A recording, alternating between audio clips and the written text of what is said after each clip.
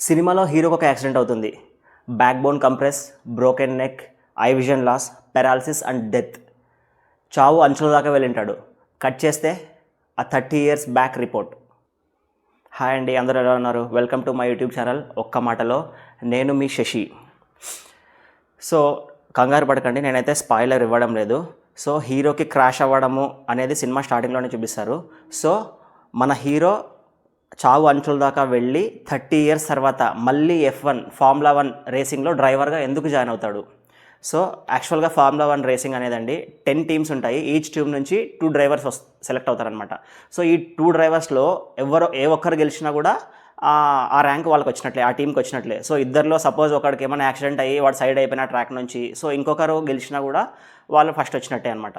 So మన hero 30 years తర్వాత, అతని ఏజ్ 55, అంటే ఆయనకు ఆల్మోస్ట్ 55 years ఉన్నప్పుడు ఒక 25 years అబ్బాయితో, ఒక 25 years యంగ్స్టర్తో, ఆయన పేరు వచ్చేసి జాషువా మూవీలో.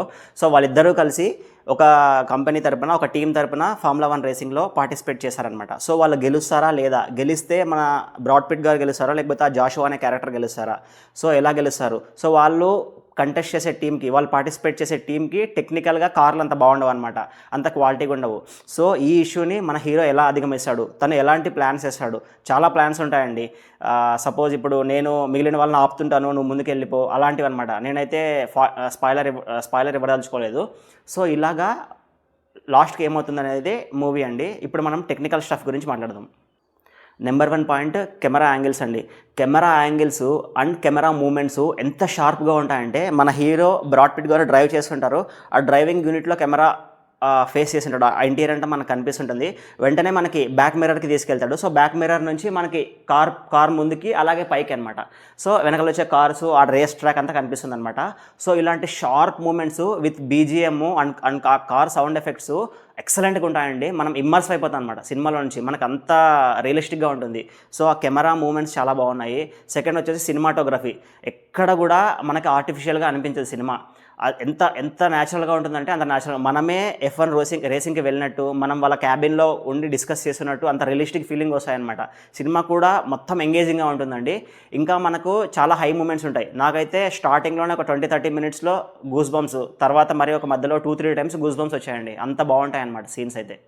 సో ఓవరాల్గా సినిమా చాలా న్యాచురల్గా, రియలిస్టిక్గా, చాలా ఎంగేజింగ్గా ఉంటుందండి. మనం కంప్లీట్గా ఇన్వాల్వ్ అవుతాము. హై ఇచ్చే మూమెంట్స్ చాలా ఉంటాయి, గూస్ బంప్స్ మూమెంట్ చాలా ఉంటాయి.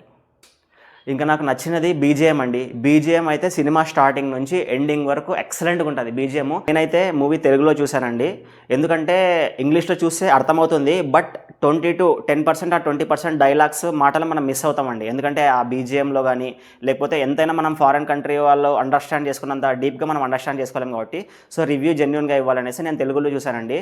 అఫ్కోర్స్ కొన్ని చోట్ల మనకు కొన్ని డైలాగ్స్ నవ్వు అనిపిస్తాయి. ఇప్పుడు సపోజ్ ఎవరైనా కొత్త వ్యక్తి వస్తే హూ ఇస్ ద బగ్గార్ అని ఇంగ్లీష్లో చెప్తారు, ఎవరి కొత్త మనిషి అన్నట్టుగా. కానీ మన దాంట్లో, మన మూవీలో ఎలా ఉందంటే, ఎవడి నా కొడుకు, ఎవడి కొత్త నా కొడుకు అన్నట్టు కొంచెం కామెడీగా ఉంటాయన్నమాట. సో నేనైతే చాలా ఎంజాయ్ చేశానండి మూవీని. సో ఈ సినిమా వచ్చేసి అడల్టరీ అయితే ఏం లేదు. చాలామంది అనుకుంటారు ఇంగ్లీష్ మూవీ కదా, కొంచెం అడల్టరీ ఉంటుందేమో, చిన్నపిల్లల్ని తీసుకెళ్ళొచ్చో లేదో అనేసి. సో ఫ్యామిలీ మూవీ అండి, ఫ్యామిలీ మొత్తం వెళ్ళొచ్చు. ట్రైలర్లో ఒక లిప్ లాక్ సీన్ ఉంటుంది, అదొకటే మూవీలో ఉంటుంది, అది తప్ప ఇంకా ఏమీ వల్గారిటీ అయితే ఉండదు. సో ఫ్యామిలీ మొత్తం వెళ్ళి ఎంజాయ్ చేయొచ్చండి. సో ఫైనల్లీ రేటింగ్ అండి. ఈ మూవీకి నేను ఇచ్చే రేటింగ్ అయితే 3.8 అండి.